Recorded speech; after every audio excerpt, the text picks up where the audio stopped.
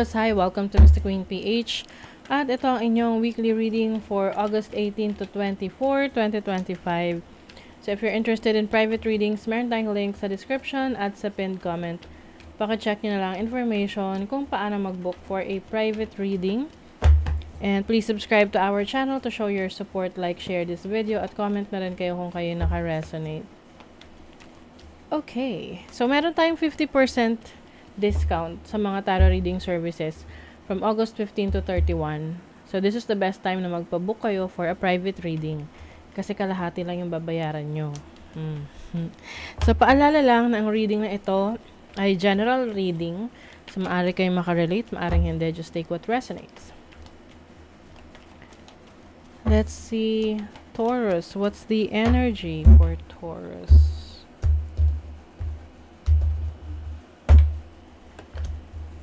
Wow, overall energy, 10 of coins. Challenge, the 2 of cups. Opportunity, blessing. Okay.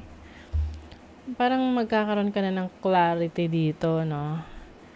Sa pipiliin mo. Okay. 6 of Wands.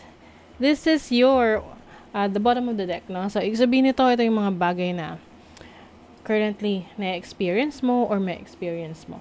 6 of Wands is about success.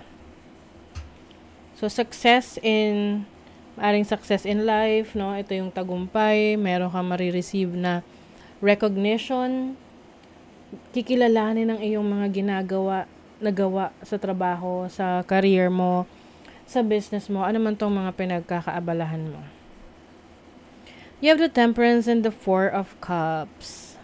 I think mas challenge mo yung sarili mo ngayon na magkaroon ng parang ma-excite ulit with the Ace of Wands and the 4 of Cups. Kasi, kumbaga parang sometimes you feel like life is boring or after mo kasing ma-achieve ang isang bagay, naghahanap ka ulit ng intensity or excitement. So, meron kang may experience na exciting na bagong kabanata sa buhay mo.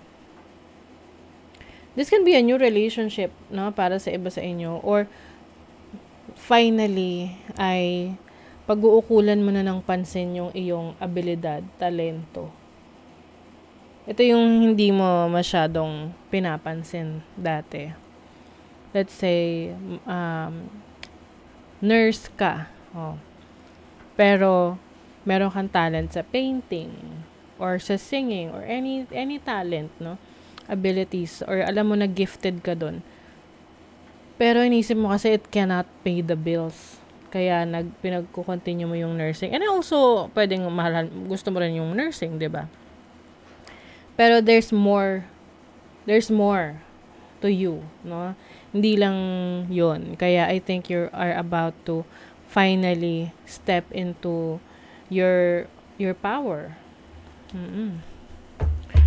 Overall energy, 10 of coins. Yung iba sa inyo kung meron kayo ngayong currently na inaayos related sa pera, sa mana ninyo, inheritance, makukuha nyo na yan. Pagdating sa finances nyo, things are doing well. Career, maganda ang pasok ng pera. Pwedeng merong increase ng salary. Diba? 3 of coins. This is expansion, improvement, growth for your career. Some of you meron kayong mga makaka-collaborate, kagrupo, makaka-partner, or makakasama for a project. Whether sa business man yan, sa trabaho ninyo. 2 of Cups, the Ace of Coins. Okay. Yung iba, kung kayo ay magsisimula ng isang proyekto or negosyo, na ang makakasama ninyo ay malapit na tao sa inyo. Let's say, romantic partner, parents, kapatid. Pwedeng maging challenging sa simula. Lalo na kung hindi malinaw sa inyo kung ano ang responsibilidad ng bawat isa. Kasi magpapasahan kayo niya ng responsibility. So, dapat kung may papasukin ka na partnership, business partnership, project partnership, dapat malinaw sa inyo yung responsibilidad ng bawat isa. Okay? Now, your opportunity is the Hierophant. This is about learning, improving yourself. Maaring meron kang opportunity na magkaroon ng training, magkaroon ng coaching, yung iba mag-aaral, self-study, ganyan. Your blessing is the Seven of Cups. Kung ano man tong gumugulo sa isip mo na nalilito ka, finally, makakapag-decision ka na. You will choose, ang pipiliin mo is kung saan ka mas na-excite, kung saan ka mas nagkakaroon excuse me, nagbe-burp ako. Kung saan kayo mas magkakaroon ng yung parang intense na focus or intense na passion. Oo, kasi let's say maraming options available sa'yo. Pero hindi lahat yan nagpapakilig sa'yo. So, pipiliin mo kung saan ka kikiligin. Tignan natin, money, career, finances. For Taurus, money, career, finances. Taurus. Ooh, the world. Wow.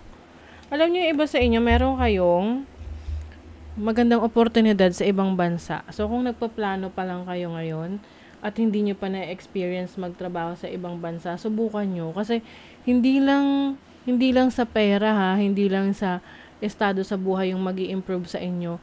Maaari rin kayong makahanap ng romantic partner kung single pa kayo ha. Para nandun yung swerte. Sa career, sa trabaho, sa business, at sa relationship sa ibang bansa. Yung iba naman, this can be the business partnership that I'm talking about kanina, na papasok ka sa isang business partnership and eventually this will be successful, no? Maganda yung pasok ng pera dyan. Tignan natin sa love life. The Four of Cups, the Ace of Wands, the Magician. Okay. I think, no, yung iba sa inyo na mayroong relasyon ngayon, tapos parang feeling mo, nawawalan ka na ng gana. Alam mo, kulang lang kayo sa kulang lang kayo sa activities. Oo, pwede kasing busy kayo pareho. So, kailangan nyo talagang mag-effort, 'di ba? Sa relationship, kailangan talaga mag-effort.